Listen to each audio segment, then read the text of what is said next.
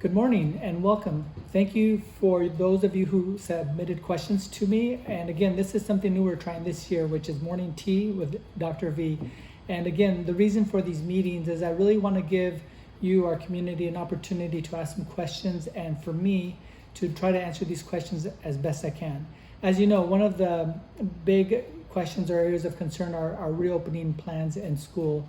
And again, as you know, we've made the decision to move forward with what we're calling a remote plus to a safe start. And what that has allowed us is to really now work on how is that gonna work and how we're gonna be able to move forward with that plan. And so with that, I wanna welcome you to this morning tea with Dr. V, and hopefully we'll be able to answer some of your questions today.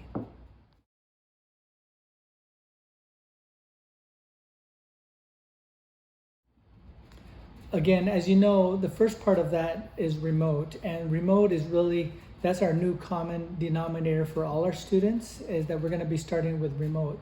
The plus is, again, we're looking at, for example, our kindergarten students, because as you know, kindergarten students have never had a in-school experience, so it would be important to try to have some plus kinds of opportunities for that population. And also just our special populations, our special needs. So for example, students with IEPs, or other students that fall under special programs. So for example, with special programs, it could be a highly capable students. How do we address their needs as well? And also families with unique situations that this really causes a big challenge or obstacles that they need to overcome. And again, also our English language learner populations is how do we meet their needs to try to provide systems in place to help them out. So again, the plus is that, and again, the reason we wanted to go out early with our decision is to give our planning team time to come up with who gets identified, who gets served, and how do we make this work best for our constituents, our students, our population as best we can. So we're hoping that this, along with your feedback, will help guide us as we continue to move forward with that.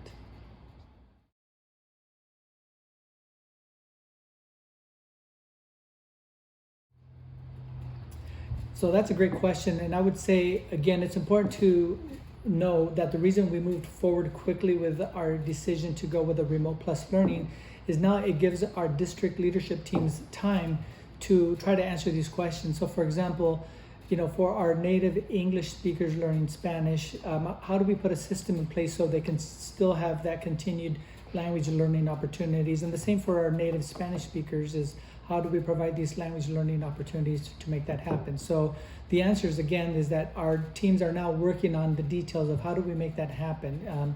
Do we bring them in for some on-site learning once in a while? I don't know, but again, that's where we're working hard to come up with a plan that's going to work best for that population.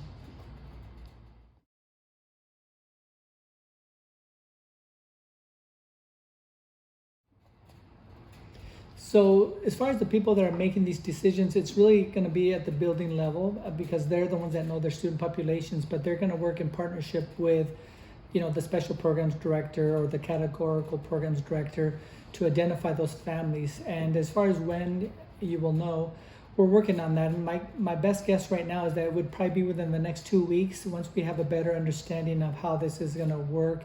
How do we put systems in place at each building to make sure that we can safely bring our students in to do that plus part of our learning model.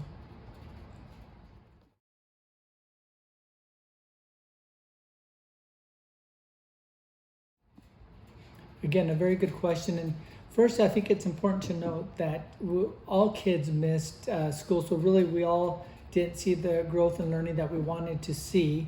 That being said, it's important to understand that really our teachers all work together, whether it's vertical alignment or horizontal, that they are always working together and identify each child's needs as best they can and work from there to provide each child what he or she needs to continue to move forward with their education. So I think we're going to just make good efforts to try to get those kids caught up as best we can, and again, for that matter, for all our kids.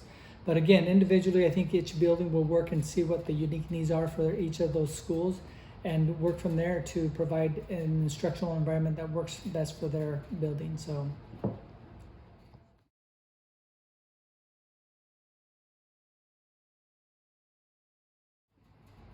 So the quick answer is we don't know that yet, but that's why we went forward to make a decision early on this remote learning plus. That way now we can focus our efforts on identifying those populations. Keeping in mind, as you know, we have to follow the Department of Health's guidelines, Office of Superintendent of Public Instruction, Labor and Industries, etc. So keeping those in mind, we're going to try to identify which kids they are and how many we can have on campus to meet their needs. And again, we'll probably know more here in the next, I'd say, couple of weeks. So right now it's just planning time to try to make those decisions.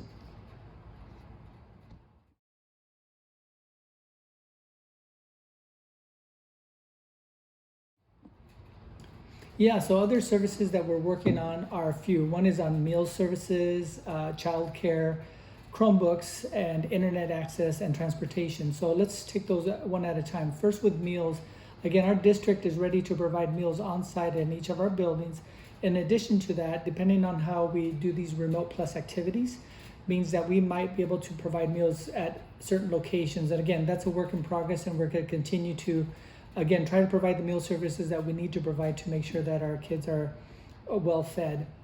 As far as childcare, I was able to participate in an initial planning meeting with our district leadership team and childcare providers in the community. And again, they're working hard on coming up with childcare services for all our families as best we can. Again, we're working together, and we're going to continue to work together to make sure that we provide the childcare services that we can. As far as Chromebooks and internet access, a couple things there. As you know, we had a springtime and opportunity where we actually looked at what our needs were. At this point, it really looks like we have Chromebooks available for any student that needs a Chromebook. I know some families don't need them, and that's great that they have their own access. But if we need one, just please reach out to our technology folks or building principals, and I'm sure they can guide you in the right direction for that. As far as internet, again, we learned a lot from this spring, where we're providing access points or Wi-Fi spots for heavily populated families who don't have those, whether it's with these devices, which they call like Wi-Fi access points, and or having hotspots on our buses. So again, with those things, we're pretty comfortable that we have the internet areas covered that do not have internet. And if not, please let us know and reach out, because we really want to make sure that we're equitable and providing those services for all our families. And last but not least is transportation. We're still continuing to work on how do we provide transportation support to our kids, especially those that we are that part of the Plus program where they come in. So we're going to continue to provide transportation as best we can. And again, remember, we're still working on this, is why we wanted to go out early and share this information, because right now, as we speak, we have a great team of dedicated employees who are working on all the details that it takes to put a system in place for our students and families.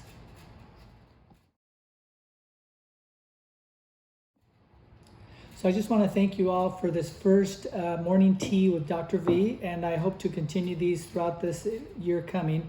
And again, please do ask questions. Again, this is all new to all of us. I don't have the answers. We all don't have the answers, because this is unprecedented.